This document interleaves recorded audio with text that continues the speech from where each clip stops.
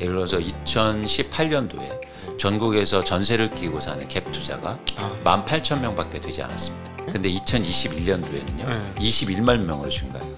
21만 명이요? 충격적이죠. 이게 수요가 증가한 거잖아요. 아, 완전히 이제 금융상품화 된 거네요. 완전히 투자화돼 있어요. 부동산 가격이 오르려면 가격이 하락하든가 가격이 상승해야 부동산 가격이 오르겠군요. 그렇죠. 그렇죠. 투기 수요를 일으키든가 본질 가치가 떨어져서 가격 매력을 만들어 주든가. 그렇죠. 두 방향이 있네요.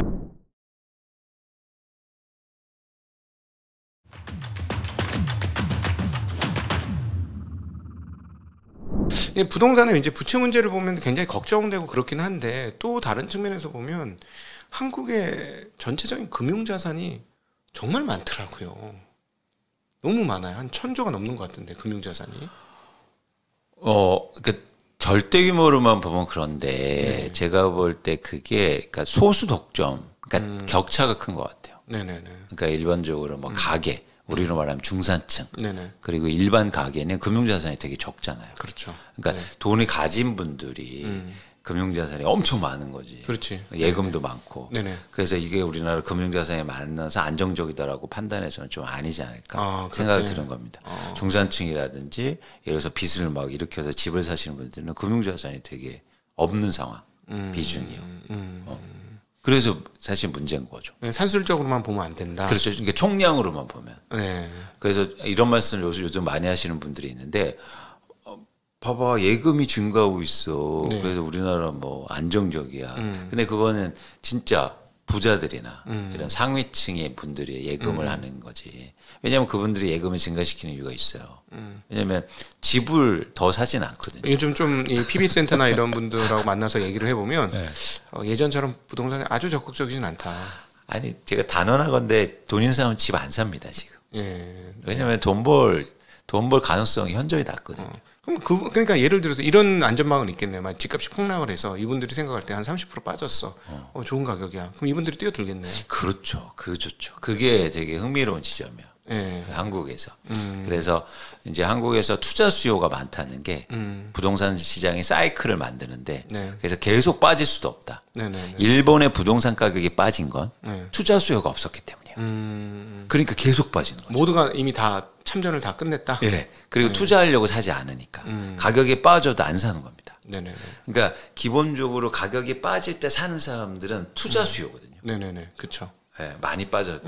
그래서 그런 사람들이 계속 가격을 올리는 건데 네네. 일본 같은 경우에 투자 수요가 없었는데 한국은 제가 볼 때 아직은 투자 수요가 있다. 그럼 가격이 빠지면 회복 가능성이 높다는 거죠. 그런데 그렇게 빠졌을 때 진입을 해서 가격을 회복을 시켜주는 거는 결국 부동산에 대한 믿음, 네. 그게 확실하기 때문이고 지난 사실은 해방 이후로 한국에서 부동산은 서울 근교라면 항상 위너였으니까 네. 어떤 자산하고도 네. 보면 그러니까. 근데 저는 사실 최근에 국회 예산처에서 부동산 관련 예산 편성된 거 보고 내가 자산 관리를 일부 좀 잘못했구나라는 생각이 들었어요. 제가 항상 하는 말이 돈 있는데 자산 가격 상승이 있지 돈 없는 데는 안 된다. 항상 그런 얘기를 했는데 정부에서 뭐 50조씩 꼽아주는데 어떻게 부동산이 안 오를 수 있느냐. 안 오르면 이상한 거였다. 그렇죠. 그렇죠. 주식시장에 50조 꼽아주면은 1년에 20-30%씩 매년 오를 거다. 그렇게 또 하니까 그런 게 되네요. 주식에게는 돈이 안 들어오잖아요. 맞습니다. 여기는 오히려 돈을 빼가잖아요. 하긴 대주주의 그 증표인 주식 증표를 현금으로 빼나갖고 나가잖아요. IPO나 유상증자를 통해서 빼나가는. 그래서 제가 부동산하고 비교하면서 좀 자산 운영에 대한 생각이 조금 많이 틀려졌거든요. 그래서 이거 한국은 그래서 어떤 측면에서 보면 정부의 지지, 정부의 지원금이 아니고 정부의 예산이 편성이 안 되는 순간 부동산도 굉장히 어려운 국면. 그러니까 가격이 떨어졌다고 좋아지는 게 아니라 가격이 떨어져도 재미가 없는 그런 상황이 오는 게 아닌가. 그러니까 그동안에 좀 이해가 안 되는 게 뭐 인구 때문에라도 안 되고 뭐도 안 되고 뭐 이렇게 안 된다 하락론자들이 꽤 많았는데 그럼에도 불구하고 사실 승승장구를 했던 이유가 뭘까 해보면 앞서 사실 이 국회 예산처에서 잡힌 이 부동산 관리 예산이라는 게 보금자리론이라든가 대출이라든가 그다음에 전세자금론이라든가 이런 쪽으로 다 들어갔기 때문에 결국은 강력한 부동산 부스팅에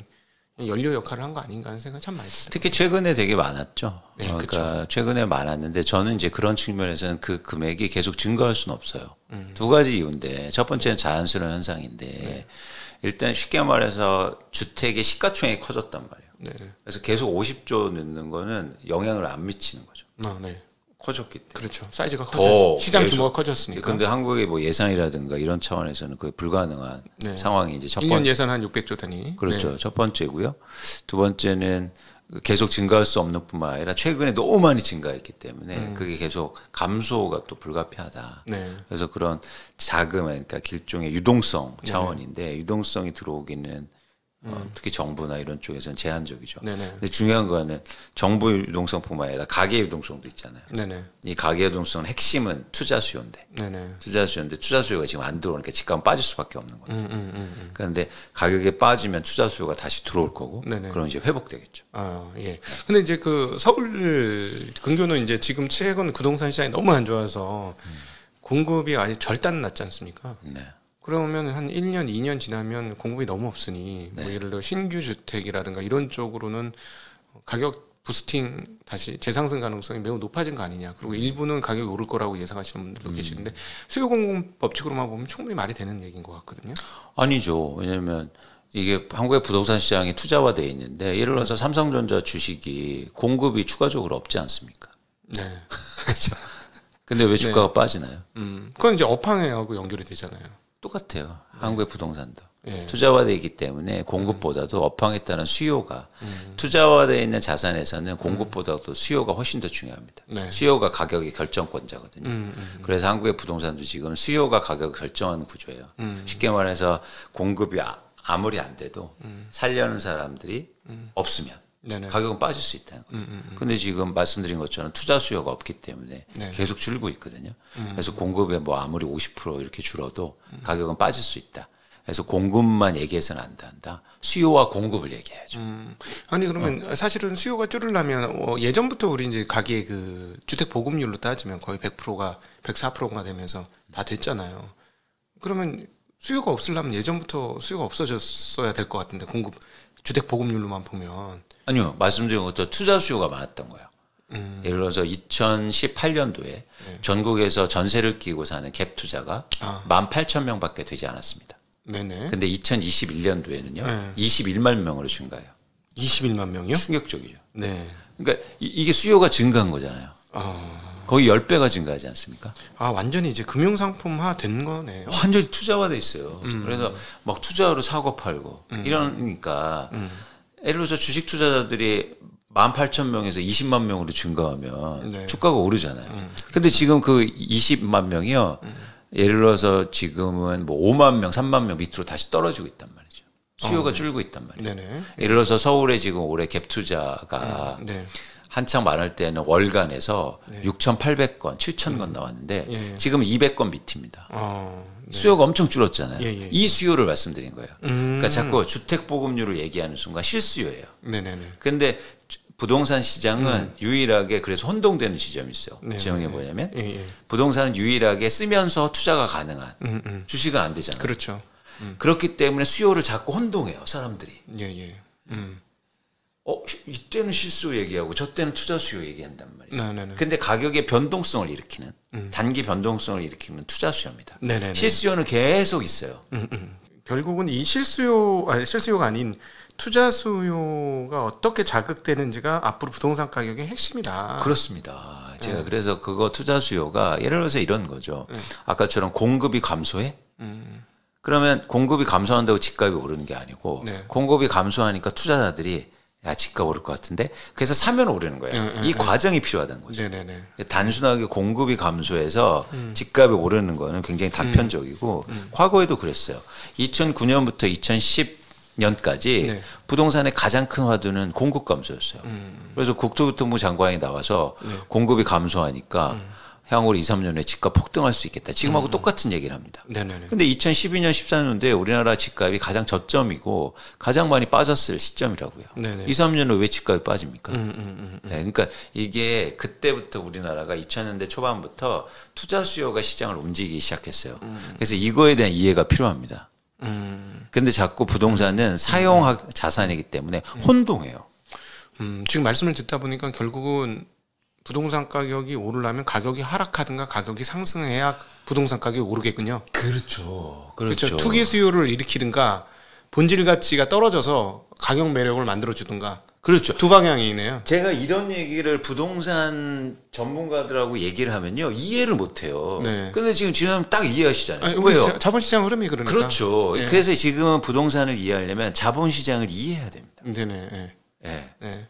그래서 자꾸 뭐 예를 들어서 총량 얘기하고 주택의 총수 얘기하고 뭐 입주 물량 이런 네. 거 얘기하니까 그럼 이제 집값이 왜 빠지지? 이렇게 돼버리는 거예요. 네네. 왜 오르지? 네네. 이렇게. 예. 그러니까 오히려 더 오르든가 아니면 매력적인 가격으로 조금 하락이 좀 발생을 하든가. 그렇습니다. 둘 중에 하나. 그러면 거의 이제 상승해서 더 붙는다는 거는 뭐 투기적 수요니까 뭐 이해가 됩니다. 이건 주식시장에서 워낙 많이 보던 현상이니까 막 따라가고 쫓아가고 막 나중에 레밍 때처럼 갔다가 막 나중에 막 후회하고 뭐 이런 것들은 항상 있는 거니까 이게 이제 21년도에 있었던 현상 아니겠습니까? 맞습니다. 예. 그러면 본질 가치 정도 수준까지 떨어져야만 매수를 하거나 아니면 주식시장 같은 경우는 본질 가치 이하까지 빠져야 매수를 하는데 사용 가치가 있으니까 아마 본질 가치를 좀 더 빠르게 느낄 것 같긴 해요. 네. 부동산은 주식하고 다르게 그럴 것 같거든요. 그럼에도 불구하고 이 본질 가치를 뭐를 근거로 본질 가치를 뽑는 겁니까? 그 지점이 이제 제가 고민하는 지점이기도 한데 굉장히 중요한 말씀이세요. 네. 그래서 부동산은 주식과 다르게 저는 가치 투자 가능하다. 가치 투자 가능하다? 네. 주식도 가능한데 왜? 사용 가치가 있으니까. 훨씬 더 쉽다. 네네. 그렇잖아요. 예. 왜냐면 그렇죠. 주식은 사용을 안 하니까 이게 가치라는 부분에 혼동이 있잖아요. 저도 그렇죠. 주식을 분석했지만 사실 밸류에이션 할 때 뭐 PBR 이런 거 이용하지만 그게 본질이 어디 있습니까? 예를 들어서 건설사들 제가 분석하면 그 부가치가 전부 다 매출 채권으로 이루어졌는데 상가가 안 된 자산이에요. 그렇죠. 그러면 그게 예를 들어서 지금 PBR이 0.8배다 0.7배다 맨날 주가 빠지면 싸다고 얘기하잖아요.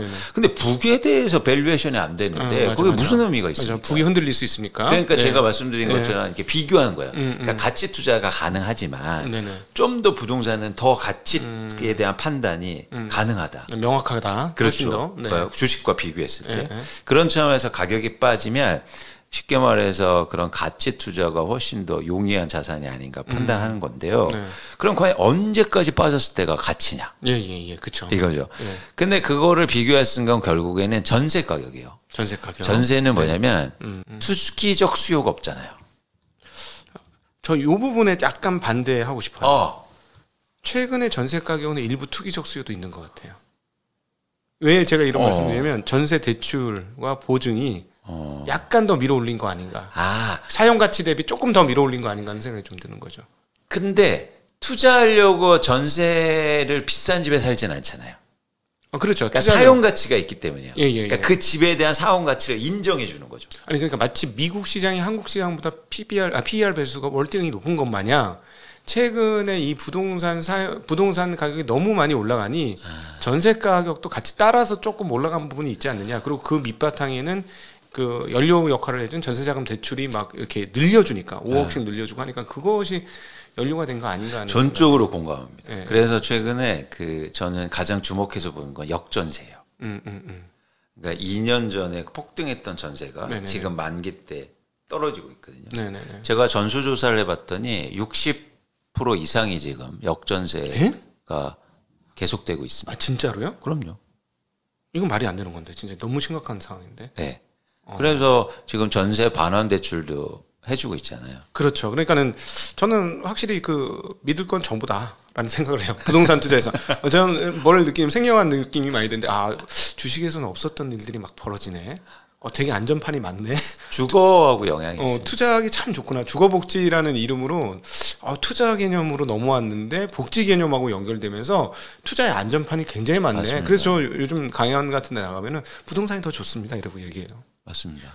안전판이 너무 많아요. 주식은 그렇지 않습니다. 부동산 좋아요. 네. 투자하기 좋아요. 네. 그래서 그런 말씀을 드리는 건데 어쨌든 이제는 역전세인데 그 가격이 떨어지는 고포, 그게 지금 전세 가격이 어느 정도 그 가치를 반영한 게 아닌가 생각해요. 그럼 여기서 집값을 어떻게 평가할 건가? 쉽게 말해서 우리나라가 그 과거 평균으로 하면 네네. 전세 매매율이 40%였거든요. 집값의 40%. 예, 예. 전세 가격이 평균적으로 보면. 네네네. 그러면 예를 들어서 어떤 집이 전세가 4억이면 그 집이 10억이면 네. 저는 더 이상 빠지지 않는다라고 보는 겁니다. 아니 전세값이 40%밖에 안 되는 집들이 있어요? 훨씬 높지 않아요? 훨씬 높지 않습니까? 아니요, 지금 50% 밑이. 아 그래요? 제가 서울 시세를 몰라서. 50% 밑이죠.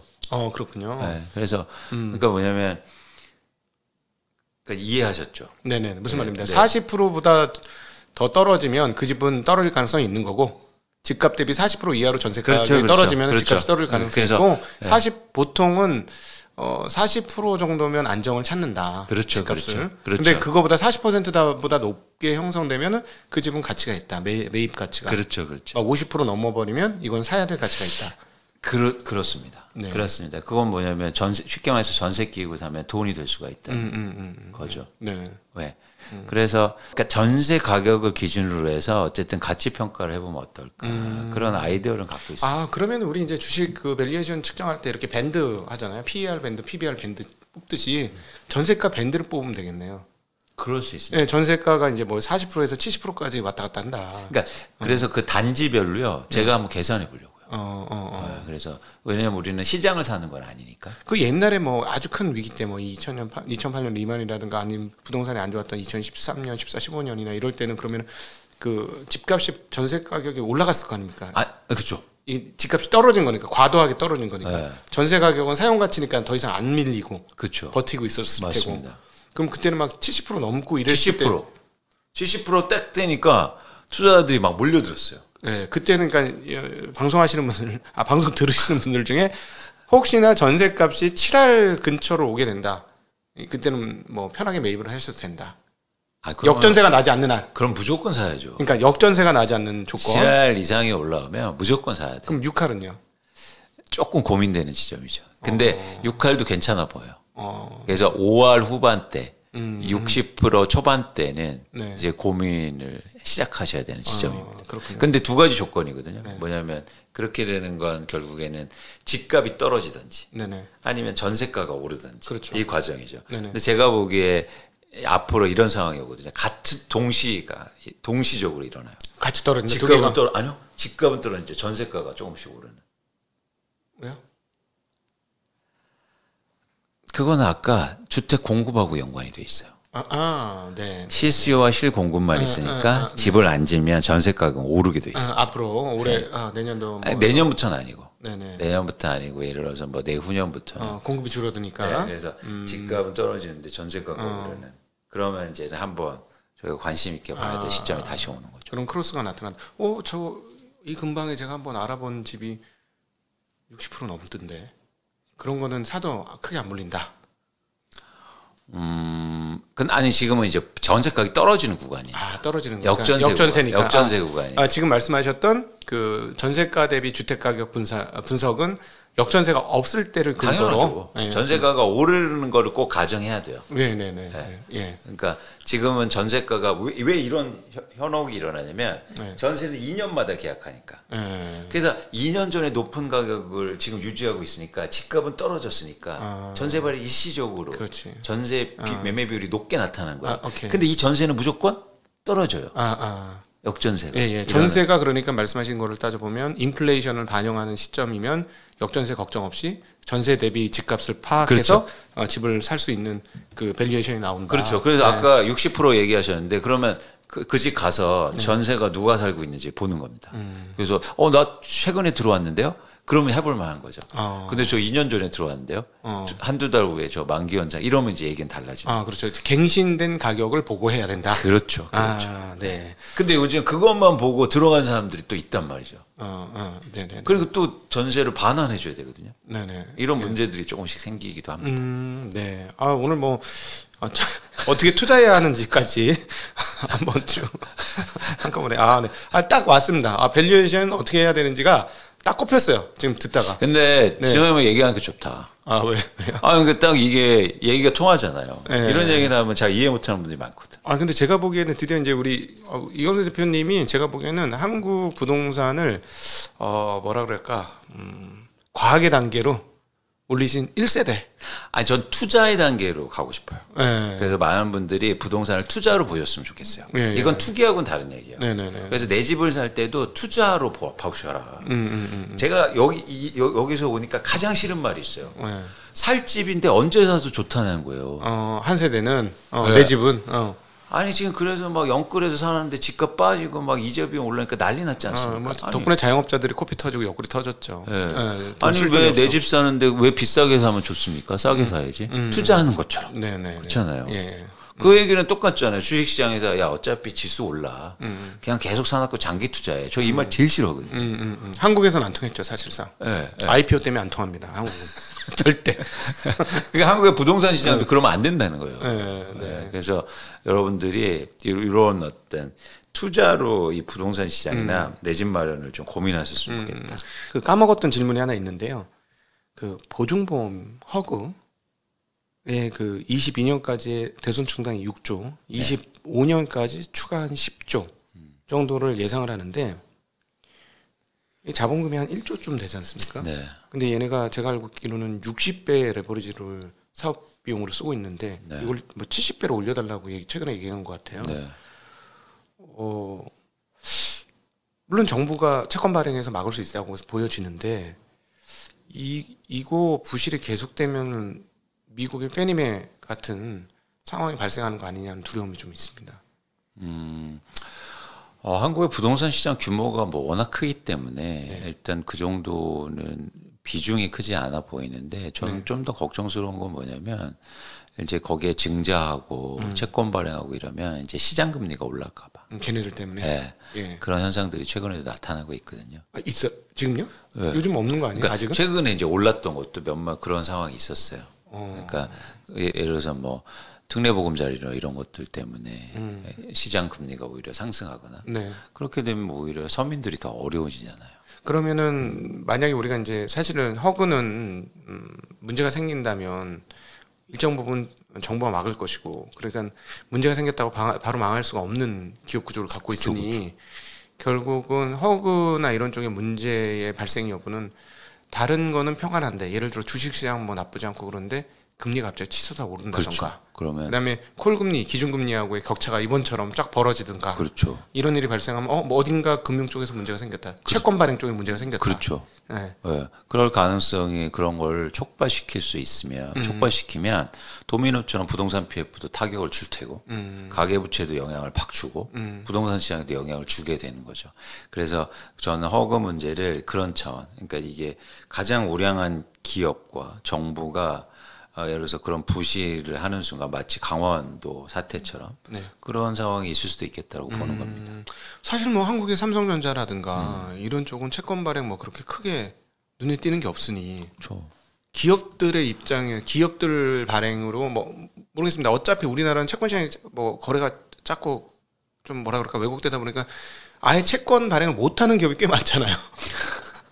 예를 들어 BBB쯤 되면 아예 발행을 못할 텐데 그렇죠. 아예 발행을 못하고 발행할 수 있는 기업은 발행을 안 하고 그러니까 기업에 의한 채권 금리 상승 여력은 별로 크지 않은 것 같다라는 측면에서 보면 결국은 금리 건드릴 건 부동산 요소가 최고 크다. 그렇죠. 또 하나 뭐냐면 공기업들 예를 들어서 한국전력 같은 경우에 적자가 그렇죠. 쌓이고 있는데 한국전력 있지. 예를 들어서 자금 조달하려고 채권 발행하면 그러니까 예전에 IMF 때 뭐 좀 잘 아시겠지만 한국의 민간 기업들이 과도하게 외화를 끌어다녀서 투자한 다음에 그다음에 그래서 외환 위기라고 하잖아요. 그렇죠. 그런데 지금은 한국의 민간 기업들이 말씀하신 것처럼 부채 비율이 물론 지금 130% 넘고 있고 문제가 그렇게 큰 상황이긴 하지만 이것 때문에 뭐 시장에 큰 타격을 줄 것 같지는 않아요. 디폴트가 나서. 그런데 저는 이제는 공기업이라든지 국가의 그런 단체나 이런 정부의 산하 기관들이 방만하게 경영하고 부실들 그리고 충당금 이런 것들 때문에 그걸 막느냐고 이런 민간 사이드 시장 금리를 급등시킬까 봐. 그게 내년도에는 또 우려되는 상황이기도 합니다. 내년도에요? 네. 벌써요? 그러니까 왜 부동산 PF도 내년 6월 이후잖아요. PF 때문에? 네. PF도 그렇고 허구도 이렇고 증자한다고 당장 그럴 거 하잖아요. 그렇죠. 증자를 하면은 꽤 큰 돈을 하겠죠. 그리고 역전세가 올해 말부터 계속되고 내년 상반기까지 지속되는데 이게 누적적으로 하면 더 커질 거란 말이죠. 그렇기 때문에 뭔가 자금이 필요할 거잖아요. 그럼 시장에서 자금 조달을 해야 되는데 그럼 가장 우량한 것들이 자금을 빼나가면 다른 쪽 금리가 오를 수밖에 없지 않습니까? 역전세로는 누가 주체가 돼서 조달을 해주는 겁니까? 지금요? 예. 지금 정부가 예를 들어서 그러니까 지금은 정부가 대출해 주는 건 아니고 그러겠죠, 당연히. 뭐냐면 정부가 역전세 반환 대출에 대해서 DSR 규제를 풀어줬어요. 적용 안 받고. 예. 그러다 보니까 지금 민간의 은행들이 이제 해주고 있는 건데 네. 저는 역전세 문제를 왜 얘기 드리냐면 역전세 문제 때문에 아까처럼 그 전세 보증한 내가 문제가 생길 수 있다는 거예요. 그러면 허그가 타격을 받잖아요. 그러겠죠. 그렇죠? 네네. 그 역전세 문제가 빌라나 이런 데도 또 계속 터지고 있으니까. 근데 아파트는 전혀 문제 없잖아요. 아니요. 궁금해서 여쭤보는 아니요. 예를 들어서 5억 원 미만짜리 아파트는 영향이 있죠. 거기에는 당연히 또 보증이 일부터 들어가고 민간 보증도 들어가고. 예를 들어서 뭐 서울시에 한 9억 10억짜리 아파트였는데 5억의 전세를 들어갔다. 그중에 상당 부분이 대출이다. 근데 갑자기 집값이 너무 떨어져서 한 8억, 7억으로 떨어졌다. 그럼 당연히 전세자 입장에서는 불안도 하고 하니까 낮춰주세요. 이렇게 했는데 이 사람이 지금 돈이 한 푼도 없어요. 근데 뭐 한 2억 낮춰줘야 돼. 예를 들자면 좀 극단적인 예로 2억을 낮춰줘야 돼. 역전세론으로 커버가 다 안 되면 조금 문제가 되겠네요. 그렇죠. 그리고 이제 집주인들이 본격적으로 그 금리 인상에 노출됩니다. 그러네. 한 번도 이자를 안 냈어요. 그렇지. 사실은 전세의 꿀이 이자를 안 내는 게 꿀인데. 대박이죠. 그리고 또 하나 뭐냐면 계속 올라왔기 때문에 내 돈처럼 썼거든요. 근데 이제 돌려줘야 되니까 이자도 나가게 되고 이런 현상들이. 그러니까 이게 제가 부동산 시장, 한국의 부동산 시장을 보면요. 제가 약간 그러니까 위험하다고 보고 있는 이유가 과거에 없던 일들이 벌어지는 게 위험해요. 금융화된 거니까. 저도 그것 때문에 이건 이제 부동산 문제가 아니라서 제가 언급드리는 이유는 금융 문제입니다. 이제부터. 그렇죠. 그렇기 때문에 제가 리스크하게 보는 거예요. 한 번도 우리나라 역전세 문제가 이렇게 난 적이 없었어요. 그런가요? 광범위하게. 광범위하게. 네, 전세 그러니까 일부 뭐 조금 떨어지고 이런 일시적인 거지. 전세 가격은 계속 올라왔거든요. 이게 일종의 한국의 부동산 시장을 버텨왔던 가장 큰 뭐랄까 그 베이스였다. 그렇죠. 그 본질 가치니까 전세가. 그렇죠. 근데 이게 계속 오르네. 그런데 아니 갑자기 2억을 돌려달라는 거예요. 3억 막 이런 경우도 있거든요. 강남 같은 경우에. 그러니까 이런 경험을 한 번도 집주인들이 해본 적이 없어요. 그러니까 충격을 받게 되는 거죠. 시장에도 당연히 영향을 미치고. 근데 이 말이 틀려요. 요즘 이제 언론 기사에서 어떻게 얘기냐면 월별 전세 가격이 올라서 역전세 문제는 해소되고 있다. 이거는 말이 아닌 겁니다. 왜냐면 역전세는 2년 전 가격이에요. 그렇죠. 월별로 오른다고 해서 그건 문제가 해결된 게 아니에요. 그렇잖아요. 그렇죠. 2년 전에 워낙 높았기 때문에 2021년과 2022년도가 그렇기 때문에 지금 역전세 문제가 비중이 계속되고 있는 거예요. 그러면 결국 말씀 들어보니까 아까 1,800명이었던 갭 투자가 21만 명 늘었다. 18,000명. 18,000명. 18,000명에서 21만 명으로 늘었다. 10배가 훨씬 넘게 늘었는데 이분들이 지금 도대체 어느 정도의 레버리지를 쓰고 있는 것도 굉장히 그 약한 고리 중에 하나겠네요. 그렇습니다. 근데 파악이 잘 안 되고 일단은 전세를 끼고 사서 제가 이 갭 투자하는 방법 알려드릴까요? 네네, 알려주십시오. 그러니까 이렇게 이게 단순하게 그 전세 매물이 높을 때 사는 게 아니고 롤링해서 사는 거거든요. 그러니까 어떻게 하냐면 10억짜리가 전세 매매 비율이 50%일 때 내 돈 5억 주고 사요. 그러면 다음 해에는 집값하고는 상관없이 전세 가격이 7억으로 오릅니다. 그럼 2억이 나한테 생기잖아요. 싸게 샀을 전세가 쌌을 때 살 경우. 그럼 2억이 생기잖아요. 그럼 2억 갖다가 4억짜리 집을 사요. 추가로. 갭 투자로. 근데 그 4억짜리엔 그러면 내 돈이 한 푼도 안 들어가 있는 거죠. 그러니까 2억은 전세 자금으로 하고 여기서 받은 거. 하고 그다음에 2억은 대출로 하고. 아니요. 2억은 누군가 전세를 살고 있으니까. 그 집 2억짜리 전세를 4억에 주고 살아. 그러면 이 전세금 내가 받아서 내 돈 없이 한 푼도 없이 들어간 거예요. 여긴 그러면 쉽게 말해서 LTV가 100%인 겁니다. 그렇죠. 네네네. 그렇게 해서 갑자기 10년 만에요. 10채를 사고 20채를 사는 거예요. 그렇기 때문에 한국의 문제인 겁니다. 네. 그러니까 이 21만 명이요. 신규 투자자가 아니고 다 물려서 들어온. 네. 그러니까 제가 이제 궁금한 게 도대체 21만 명이 21만 채를 사진 않았을 것 같다. 훨씬 많은 물량을 들고 있을 것이다. 그럼요. 그럼 1인이 350만 채를 들고 있습니다. 21만 명이? 아니 그러니까 이건 연간이니까 네. 누적으로 보면 우리나라 주택에서 300 거의 50만 채가 다주택자가 보유하고 있는 주택이요. 350만 채. 그 중에 뭐 여유가 있는 사람은 상관없는데 이렇게 갭 투자로 돌려가지고 있으면 그 350채의 상당 부분이 물량화 될 수 있다라는 얘기네요. 그렇죠. 350만 채 50%가 네. 갭 투자입니다. 전세 비율이 50%니까요. 그러네. 그렇게 계산이 맞네. 왜냐하면 내가 투자 목적으로 집을 갖고 있으면 네. 비워놓진 않을 거잖아요. 둘 중에 하나예요. 네. 전세나 아니면 월세입니다. 네네. 근데 우리나라 임대차 시장에서 그냥 러프하게 네. 50%가 전세 비율이거든요. 예. 그럼 50%가 전세 끼고 산 거예요. 350만 채. 네, 50%가. 그러면은 175만 채네요. 네. 맞네. 175만 채면 우리나라 집이 총 1000만 채. 1200만 채, 뭐 1300만 채 이 정도 되니까. 10% 넘으면 좀 의미 있는 숫자네요. 네. 10% 움직이면 자산시장 크게 움직이는데. 그럼요. 만약에 시장이 안 좋을 거여서 이게 물량으로 나온다? 네. 그게 공급이라는 거예요. 그렇죠. 집값을 결정하는. 네. 이런 사람들이 집값 안 올 것 같은데 한 채씩 나 팔아야지. 그게 공급이에요. 건설사들이 안 지어도요. 아니 175만 채면 한 해 아무리 많이 지어도 40만 채, 50만 채잖아요. 175만 채면 1년 최고 공급의 최소 4배 정도 수준이 되는 거니까. 맞습니다. 그래서 지금 물량이 최근에 매도 물량이 증가하고 있는 게 신호를 보여주고 있는 거예요. 제가 또 조사해 봤더니 10년 초과해서 보유한 물량이 더 증가하고 있어요. 이제 세금 혜택을 받으니까 그 물량 팔려고. 그리고 이제는 이 정도는 돈 벌었다고 생각하는 거죠. 네네네. 네, 그러니까 그런 물량들이 많이 나오면 집값이 어떻게 오르겠습니까? 공급 증가인데. 네. 요거 350만 다주택자에 175만 채 전세 얘기하니까 그 중에 뭐 여유 있는 사람도 있고 또 여기서 일부 좀 빼긴 빼야 되지만 그럼에도 1년에 보통 공급이 30에서 50만 채 사이에서 움직였었죠. 네. 예. 그러니까 최소 두세 배 이상의 물량이 그 혹여 잘못될 경우 제가 보니까 집값이 빠지면 나오겠네요. 그렇죠. 예. 집값이 빠지면 마치 자산시장에서 양대 효과처럼 이렇게 가다가 이제 앞에만 보고 가다가 다 팔게 되면. 제가 보니까 이게 그 최근에 그 부동산 관심 가지면서 뭐 시뮬레이션을 머릿속에 돌려보고 막 했더니 이게 집값이 올라가면 오히려 가격을 올려놓고 물건을 빼는 성향이 있는 것 같더라고요. 그렇죠. 고점에 팔고 싶으니까. 그렇죠. 내놓았다가도 마음이 바뀌어.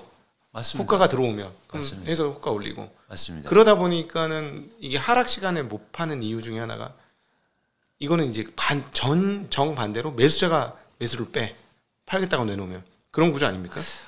근데 지금 정확히 말씀하셨는데 그래서 가격 결정권자가 달라져요. 가격이 오를 때는 매수자가 가격을 결정해요. 오를 때는? 네. 내가 잡아먹으니까. 네. 그러니까 예를 들어서 처음에는 그러니까 집을 보유하고 있는 사람은 높게만 팔려고 하잖아요. 그렇죠. 그래서 우리가 기준점은 최저 가격입니다. 네네네. 매도자의 최저 가격. 네네. 그리고 매수자는 싸게만 살려고 하니까 그렇죠. 여긴 열려 있고 최고 가격만 있는 거잖아요. 네네. 그래서 이렇게 형성이 돼서 거래가 안 돼요. 예. 그러다가 시장이 좋으면 누가 따라 붙습니까? 이 매수자, 최고 가격이 오르죠. 매수자가 흥분하겠죠. 그렇죠. 이 단계가 먼저 이루어져야 돼요. 그 다음에 거래가 되면 그 다음에 매도자들이 이 가격을 올리죠. 네네네. 그다음에 또 거래가 안 되다가 또 매수자들이 최고 가격이 올라요. 예. 이런 과정에서 시장이 좋을 때고 그래서 가격 결정권자가 매수자한테 있습니다. 네, 가격이 오를 때는 부동산에서는 가격이 떨어질 때 지금처럼은 매도자가 결정해요. 자 이렇게 가격을 쌌는데 거래가 안 돼요. 매수자는 움직이지 않아요. 그러면 급한 사람이 가격을 낮추잖아요. 최저 가격이 떨어지게 되죠. 그러면 거래가 되죠.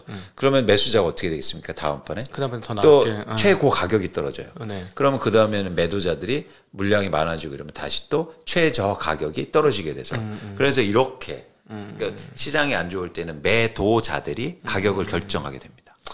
그럼 결국은 금매에 몰린 사람들이 가격 결정하는 거네요. 그렇죠. 시장이 안 좋아요. 몰린 사람이 그 자기 부채 문제나 이런 걸로. 근데 몰린 것도 중요하지만 투자로 생각하는 사람들은 이 가격이 안 오를 것 같으면 팔아요.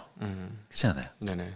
그리고 우리나라는 워낙 수익률이 높았기 때문에 1, 2억 빠지는 거는 뭐 괜찮다고 생각합니다. 네네. 10년 동안 거의 3배가 오른 상황이기 때문에 네네. 뭐 1, 2억, 3, 4억 받아도 뭐 이 정도에는 세금 안 내니까 네네. 할 수 있다는 거죠. 그렇겠네요. 네. 네. 그래서 최근에 강남이나 송파구에 23억짜리가 16억으로 빠진 이유도 거기에 있어요. 근데 그거는 뭐 자식한테 증여했다는 소리가 굉장히 많잖아요. 아닙니다. 네. 아닙니다. 아닙니까? 아닙니다. 그렇게 많이 증여할 수가 없어요. 아 그렇군요. 네네. 혹시 그러면 이제 가볍게 내년도 뭐 상반기 그 어떻게 보시는지 간단하게 말씀해 주시죠. 그거는 저희는 부동산 시장은 현재를 보면 전망이 되게 쉬운데요. 현재 어떤 변화가 일어나냐면요. 매도 물량이 증가하고 있고 그리고 수요는 감소하고 있으니까 네. 내년 상반기에 또 가격이 하락폭이 좀 커질 수 있죠. 근데 올해 같은 뭐 특례 보금자리로나 이런 부스팅 그 정책이 나오면 또 방어가 될 거 아닙니까? 근데 그거는 조건이 있어요. 가격이 떨어져야 나오는 겁니다. 아 이번에도 둔촌 주공으로 인해서 급한 불을 끄기 위해서 나온 그렇죠. 거니까. 그러니까 네. 그게 뭐 가격도 안 빠졌는데 정책이 막 나오고 이럴 수는 없어요. 네. 그러니까 정책의 그 일종의 그 방향성이거든요. 그렇군요. 그래서 가격이 먼저 빠지는 게 선행돼야 나오는 거다. 근데 이 정책이랑 또 문제는 뭐냐면 그 정책보다 50조 나왔으면 이제 60조가 나와야 시장에 영향을 미치는 거죠. 그렇군요. 사람의 기대 심리가. 지난번보다 더 크게 나와야 된다. 그렇죠. 그러기에는 또 한계가 있으니까 전 이번에는 어쨌든 가격이 빠지는 게 좀 더 클 수가 있겠다라는 생각을. 올해 그 둔촌주공을 보니까 한 10% 이렇게 빠졌을 때 나온 게 아니고 30자가 딱 눈앞에 아른아른 거리니까 급하게 들어오더라고요. 굉장히 급하게 들어오더라고요. 내년도도 만약에 뭐 현재가 대비 한 30% 빠지면 정책이 들어올 수 있다 이렇게 생각해도 될 것 같아요. 그렇죠. 근데 잘 보시면 이번에 가격 빠졌을 때 정책이라든지 올려서 좀 올라갔잖아요. 네네 올라갔죠. 근데 고점은 회복하지 못해요. 그러겠죠. 그거야 뭐. 네. 그러니까 이건 뭐냐 가격 결정권자들이 매도가 있고 수요가 막 이렇게 투자 수요가 들어오지 않기 때문에 고점이 이렇게 낮춰져 있는 상황이거든요. 그래서 이번에도 이래서 가격이 빠져서 정책이 들어와도 고점은 낮아질 겁니다. 그럴 가능성이 되게 커 보여요. 알겠습니다. 오늘 우리 이광수 대표님 모시고 제가 이제 부동산 수업을 잘 들었습니다. 여러분 뭐 보시면 아시겠지만 저는 부동산 문외한이기 때문에 많이 배웠는데 여러분도 도움이 많이 되셨을 것 같습니다.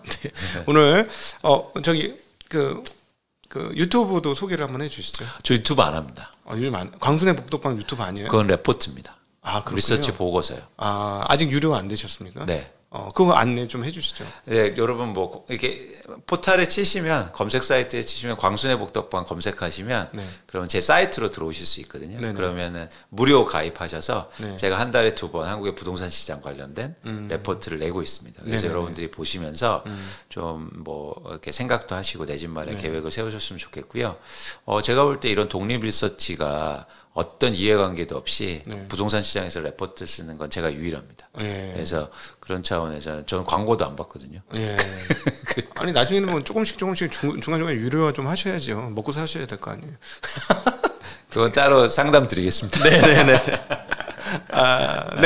오늘 이렇게 귀한 시간 만들어주신 광순의 복덕방 이광수 대표님과 함께한 부동산 관련 이야기 아주 재미나게 해보았습니다. 여러분에게도 뭐 도움이 많이 되셨을 것 같고 귀한 시간 마련해주신 이광수 대표님께 감사 인사드리고 또 시청해주신 모든 분들께도 인사드리겠습니다. 인사드립니다. 고맙습니다. 고맙습니다.